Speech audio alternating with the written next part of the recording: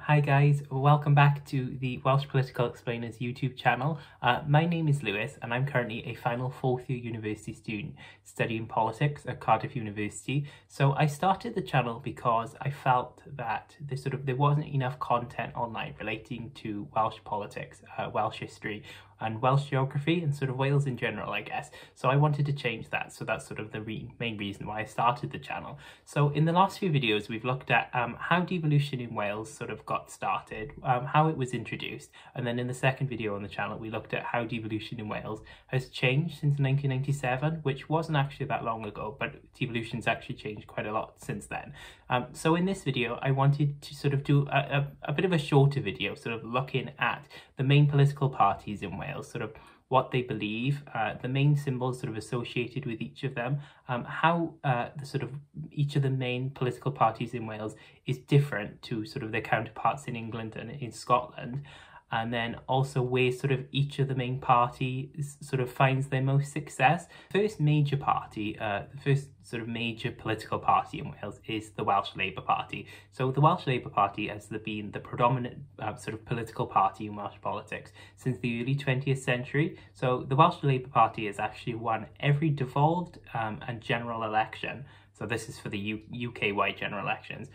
The Welsh Labour Party has won each one of those sort of sets of elections in Wales since 1918. So this just sort of illustrates the success that the Welsh Labour Party has had.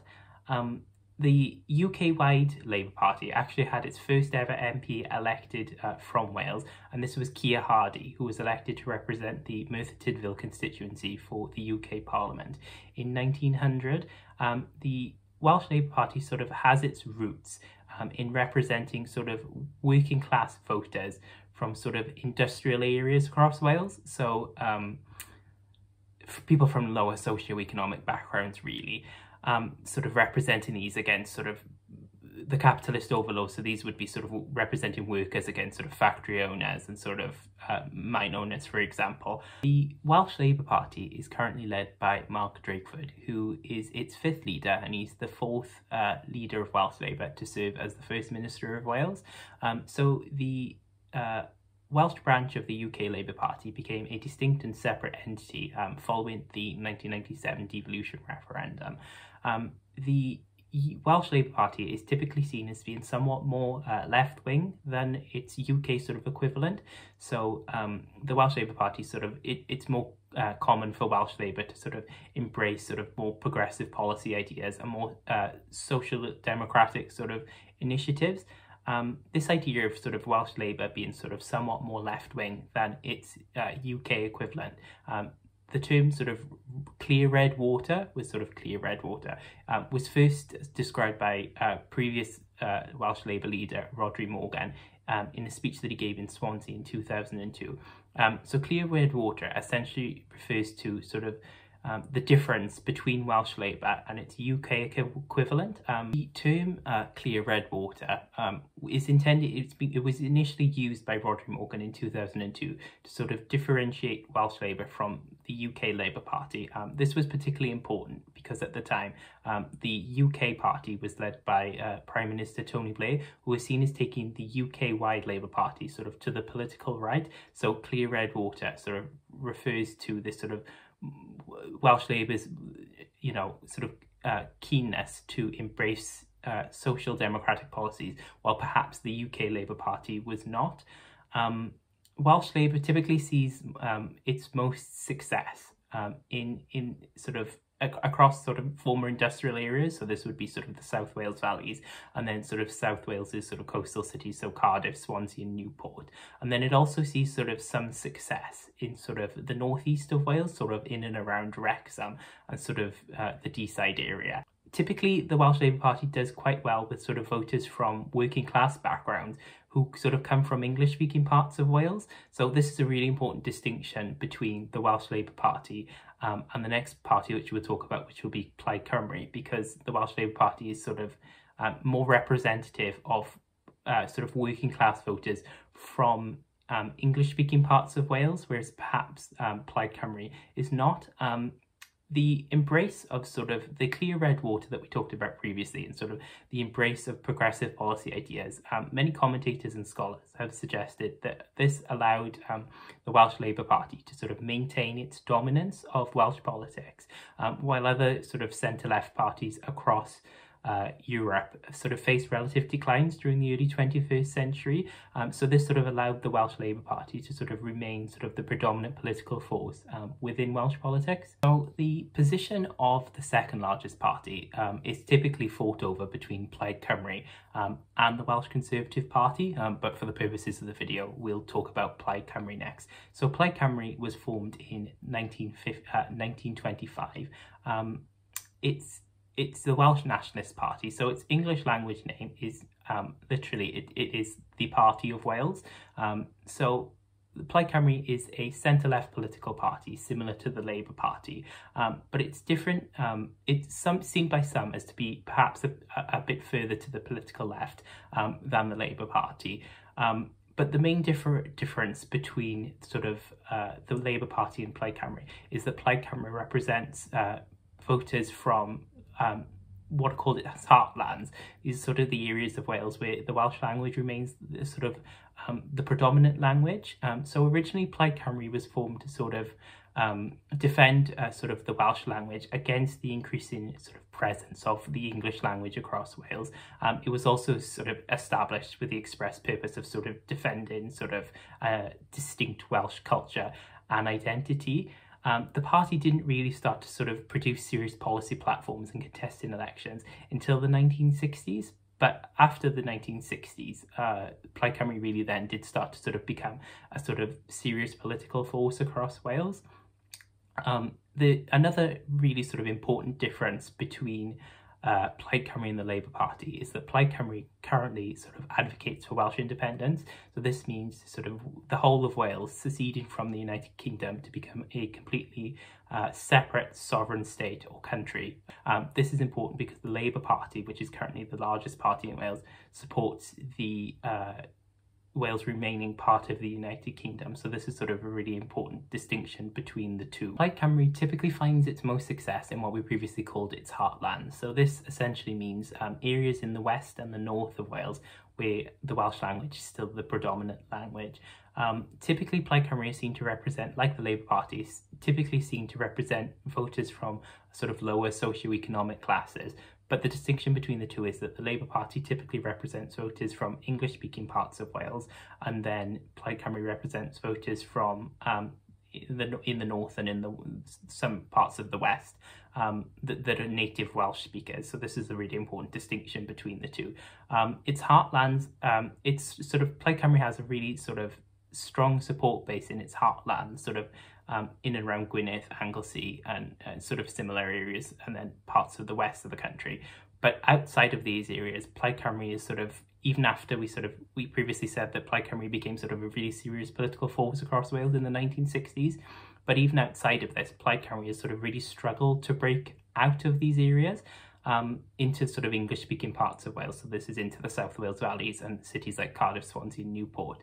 A lot of commentators have said that this is because a lot of voters in English-speaking parts of Wales typically feel sort of a sense of distance from Plaid Cymru, in that they feel that it's a party just for Welsh speakers. So this meant that, you know, people who have a sort of a limited sort of capacity to use the Welsh language sort of feel a sense of distance from Plaid Cymru, and sort of means that they don't vote for Plaid Cymru, even if perhaps they support some of the policy proposals that Plaid Cymru brings forward. Currently, the party is led by Adam Price, who sits in the Senedd. He sits as a member of the Senedd. The final of the three sort of major Welsh political parties is the Welsh Conservative Party.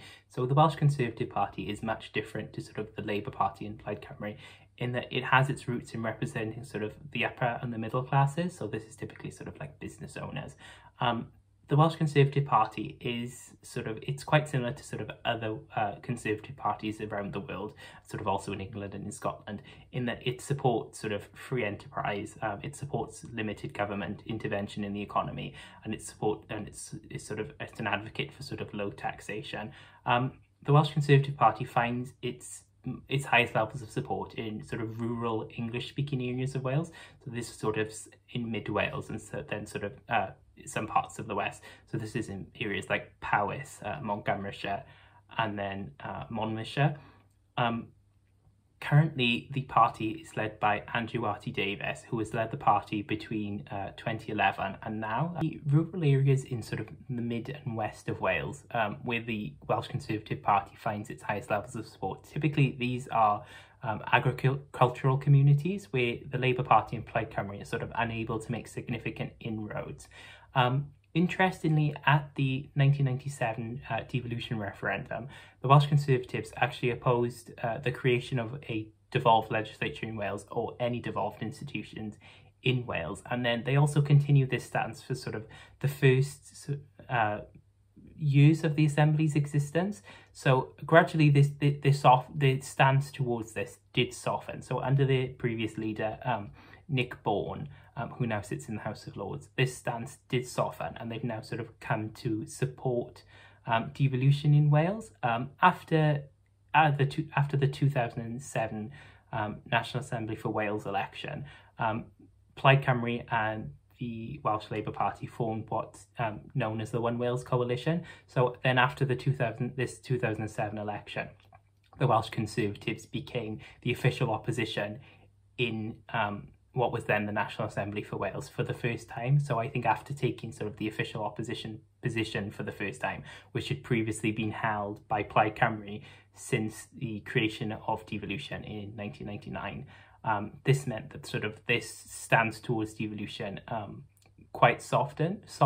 An important distinction between sort of Plaid Cymru and the Welsh Conservatives also is that the Welsh Conservative Party is fundamentally against Welsh independence, so they support Wales always remaining a part of the United Kingdom. The next sort of largest party, which usually come in sort of a very distant fourth place after the Welsh Labour Party, the Conservatives and Plaid Cymru, are the Welsh Liberal Democrats. So as sort of discussed in a previous video, the older Welsh Liberal Party was sort of the largest party in Wales for much of the early 20th century. However, the same can't be said for its sort of modern equivalent, which are the Welsh Liberal Democrats.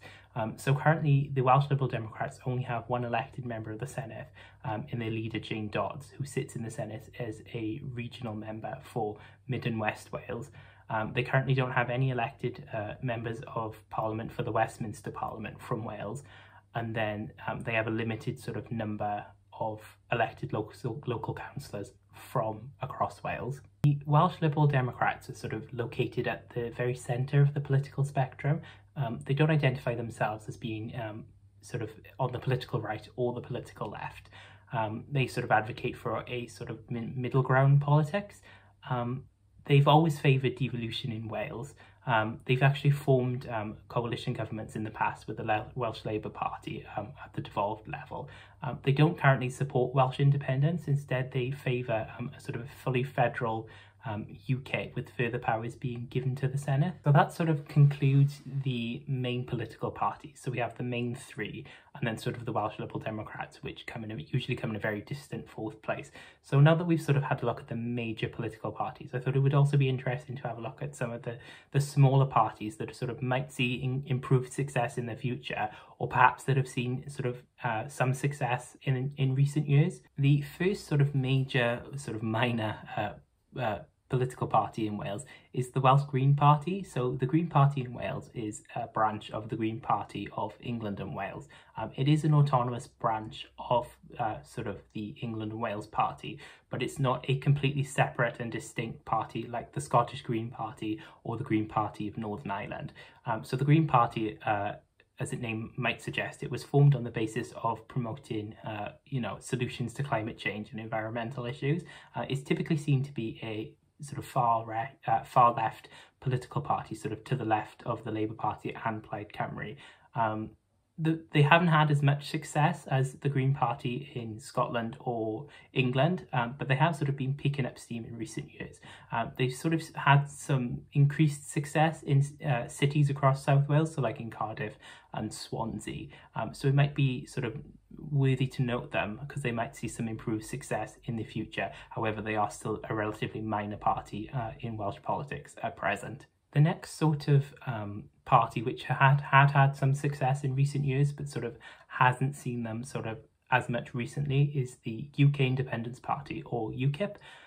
So this is a far-right political party which sort of advocated for the UK's withdrawal from the European Union.